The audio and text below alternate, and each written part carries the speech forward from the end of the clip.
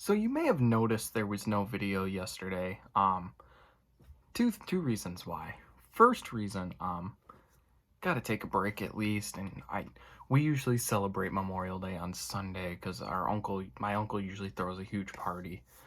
Social distancing, that didn't happen, so we had a little tiny thing here with my brothers since other family members are either out of town or we're doing something else. So I was like, you know what? Take a break. Reason number two, I discovered something. For the past 4 years, I've thought that Jason Bourne was a prequel to the Bourne franchise. No, it is a sequel to the last film, which was, I don't even know what. Probably Bourne Supremacy. I don't know. I'm not a huge Jason Bourne fan, so I just like Matt Damon. So as I was watching it, I'm like, I don't understand anything that's going on. So for the past 4 years, I've thought that a movie was a prequel, and now it's not. So took a break and was like, you know what? Let's wait until Monday when we can talk about a movie that I think is much better. E.T. So let's get started. It's directed by Steven Spielberg. It's from 1982, which I thought this was more like early 90s. I'm just dumb, apparently. I recently, when I say recently, like last year, learned this from the 80s. I don't know, man. I just really thought that this came out early 90s. But then again, realizing that Drew Barrymore was in it and she was more of a teenage, early 20s actress for the 90s, probably that makes sense. So it stars Drew Barrymore, who we last saw in Wayne's World 2 when I covered that on Instagram. In that movie, she played a name that I'm not even going to bother trying to pronounce because I don't remember. It's like Birgin Kurgin. I don't know. I think they were trying to go for like a Welsh, whatever. They didn't do it well, but in E.T. she plays Gertie. Henry Thomas, which this is a fun one. We saw him in my... So first I covered 500 Days of Summer. And then I covered 2001 A Space Odyssey. I think I did the first Rambo. And then the 5th Transformers movie. And then I did all 6 Terminators.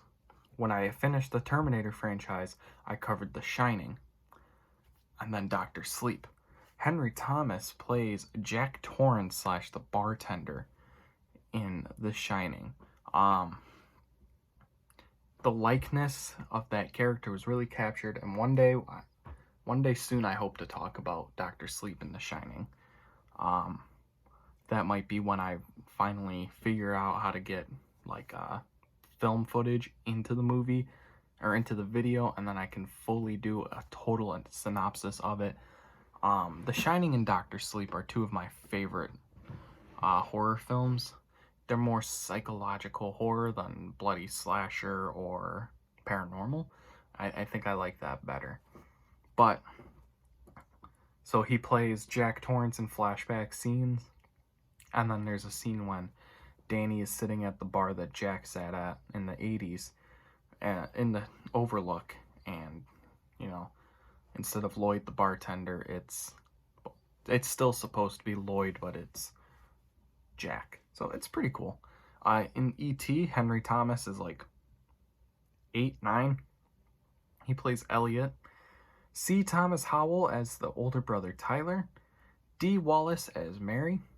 Robert McNaughton as Michael. Peter Coyote as Keys. Sean Fry as Steve. And Pat Billen as E.T., who he only has 2 credits on okay, I'm gonna look it up and make sure I say it right this time. IMDb. Okay, I always switch the B and the D, so it's IMDb. He only has 2 of those credits, and it's another one's like something. I think it's got something to do with Sesame Street, but I don't know. The film has a very respectable 98% on Rotten Tomatoes, and since it's a classic, it is well earned. And off of a budget of only $10.5 million, It made $792.9 million at the box office. That's a lot of money for a what would be considered low budget box office smash. It's from Steven Spielberg, so there's no big surprise there. So as a kid, well, okay, I recently rediscovered this movie about, God, like 4 years, no, maybe 3 years ago. My parents went to California and I was home because I was in college. And so every day I would go to Best Buy and find a new movie just because there was a day, it was like winter break, I had nothing else to do. And I was like, you know what, I got some extra money to blow. Every day I'll go find something at Best Buy. I found E.T. in like the $4 bin maybe. And I was like, okay, you know, I've never seen this before. Actually, this might not even be Best Buy now that I think about it. This might have been Walmart. Either way, I know it's from that time frame. Doesn't matter where it came from. It's from that time frame. Because I'm looking at the sticker on it. It looks like a Walmart sticker versus Best Buy. Best Buy usually says on there. So I was like, okay, well, I haven't seen E.T. in probably 10, 15 years. Well, and I get it. And I remember laying there watching it and going, this is different than from what I remember. As a kid, I watched this when I was like 4, 5. As a kid, this was a straight horror movie for me. I was afraid of E.T. I was afraid of him, the alien. I was afraid of the astronauts, and I was afraid of the fact that they almost killed him. Like, you know how you're watching a movie and you fall in love with a character and then they start to like pretend to kill him and you're like, why? That's how I felt as a kid. So I was terrified of this movie. There were previews for it on, oh God, one of the VHSs we owned. I want to say it was maybe the Shrek VHS. I think it is the Shrek VHS that we own. There's a preview for it for whatever reason. I think it was because they were starting to widely release it on DVD. And I remember just being like terrified. I would close my eyes during the commercial and plug my ears just because the sound of Elliot's laughter terrified me. E.T. Phone Home scared the crap out of me. And so I was like, oh, no. I'm not doing this. Well, as an adult, let's put it this way. I have to say I didn't remember much, like I said. I remember watching it at that point going, I don't remember it really being this emotional. And as the film played out, things started to come back to me, like the fact that Elliot rescues him in the end, and now that they had that connection. I was 4 when I watched it. You're not going to pick up on those things. You're just watching a little alien learn life on Earth. As an adult, you're going to start picking up on those things. Before I get too far, I just thought of something that I have. Which drawer is it in? I think it's in this bottom one.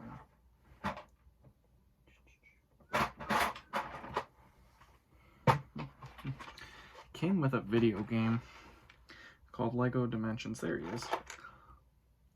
You can buy an E.T. expansion pack for the Lego Dimensions video game. So there he is. Adorable little guy. You know what? No, I don't have any good way to put him up right now, or else I would. Just set that over there. His little expansion was like a phone. For obviously E.T. Phone Home, which my sister would say a lot as a kid. I don't know. I think it was because all of my siblings were convinced I was an alien. I think they still are, but that's just me. Elliot finds an alien, so that the plot, let's talk about the plot before I start talking in random sentences. You're like, whoa. Let's talk about the plot. Elliot finds an alien in the tool shed and brings it out into the house. His sister and brother find it and they hatch a plan to get it home. Meanwhile, the government has been watching the whole time.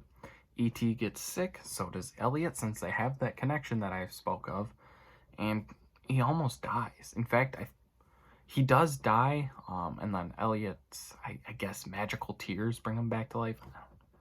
I overlooked that because it's just a great movie. The government steps in and begins to examine E.T. That's when he dies from whatever sickness he's got. I think it's got something to do with not being, he's away from his starship too long and his family, which all the little ET people, creepy. I don't know. So obviously Elliot succeeds in breaking him away from the government and flying him off. You're probably thinking to yourself, why were you terrified of the astronauts? Even though they're really just scientists. Well, not for nothing. The scene of them walking over the hill in the sunset was kind of terrifying, but it's been recreated so many times in movies that it's just blown away. Grass blade. I mowed the lawn, now my face has got grass all over it apparently. Oh well. So, the likable kid actors absolutely sell this whole film. Add into that 80s mom, Dee Wallace, and a very convincing suit design for E.T. makes it a wonderful movie. Some of the special effects, they look silly, but it's the 80s, so we can overlook that. And there's really not even that much. I think it's just the spaceship taking off that they're taking off, and then in the beginning and the end, it kind of just looks goofy. But what are you gonna do? You can overlook it when 99.9% of it is practical effects because of, E.T. Not only that, but even Elliot flying the bicycle, you can overlook it too because it's just kind of like, it's actually not that bad to look at. No, it's not hard to look at. My thoughts are that this film is what inspired things like Stranger Things. Likeable kid actors, government espionage, and keeping a government experiment hidden. Example, Mike from Stranger Things hides Eleven in season 1. Elliot hides E.T. So, yeah, there's a lot of differences there because that E.T.'s an alien and the Demogorgon is from the Upside Down. And also E.T. is an alien and 11 is just an experiment. But there are some similarities and you gotta give it credit for that. I think this movie, they watched it and they're like, how can we get this into the modern age but still set it in the 80s? They did a great job of that with Stranger Things. I think we have this movie to thank for that. But I'm gonna be perfectly honest with you. I'm not a huge fan of this movie. It's not one I watch all the time. I have to kind of be like, oh, I feel like watching E.T. There are things that I'll choose to watch over it. But that, my personal opinion for the movie, is not going to affect this the way it would something else. If I really hold a movie in a higher regard, take for example, let's stick with 80s movies, Beetlejuice. I love Beetlejuice. When I cover that at some point, I'm probably going to look at that and be like, this wasn't that great. There's this issue, there's that issue. Oh, look, a plot hole. That's because I'm going to be paying more attention. This movie, I'm paying more attention. I'm discovering things I like about it more than anything else. Am I going to watch it more? Maybe. But when you also look at it compared to something from this time of, this time frame we're in, like one of the modern day Star Wars films, or like a Marvel movie or a DC movie, I'll probably watch that over this. More action, that's what I'm into. But if it's like a family story, I'm looking for, a nice calm movie to help me fall asleep, this is it. I watched this through to the end, and I gotta say, I was the most relaxed I've ever felt watching a movie. There's not too many high stakes. It's not too many big action sequences. It's a quiet, atmospheric movie that isn't like a horror film like Halloween. It's more, oh yeah, this is a small town family who happens to find an alien, and now the kids are trying to help it, the way kids would react. Now, I gotta say, if I was like 8 and found an alien, I'd be running for my life, but I wasn't a child of the 80s. I'm a child nowadays where aliens are here to kill you and slice you up. There's the difference. John Williams gives a fantastic score, as always. You know, we saw him in every Star Wars film I've covered on Instagram. Um, speaking of, an update on that. As state restrictions are starting to lift, I'm going to be talking with my friend to see when he wants to come do the Star Wars reviews. Hopefully soon. I can't promise him just yet. I know there are people who are like, "Can you just do videos for Star Wars?" No, I want to do it with him. That's been the plan for months now. The only reason I did them on Instagram was because Rise of Skywalker came out on 4K, which is one of 2 4K films I own, and I was like, "Oh, I gotta do it." So, the cast has some great chemistry together, and the film gives us Drew Barrymore. Once again, I know I said I thought this was a 90s movie up until about a year ago, and then now I'm putting like 2 and 2 together. Like, yeah, Drew Barrymore's like 4 in this, and then in the 90s, she's a teenager, 20-something. So, I don't know why I thought that. But hey.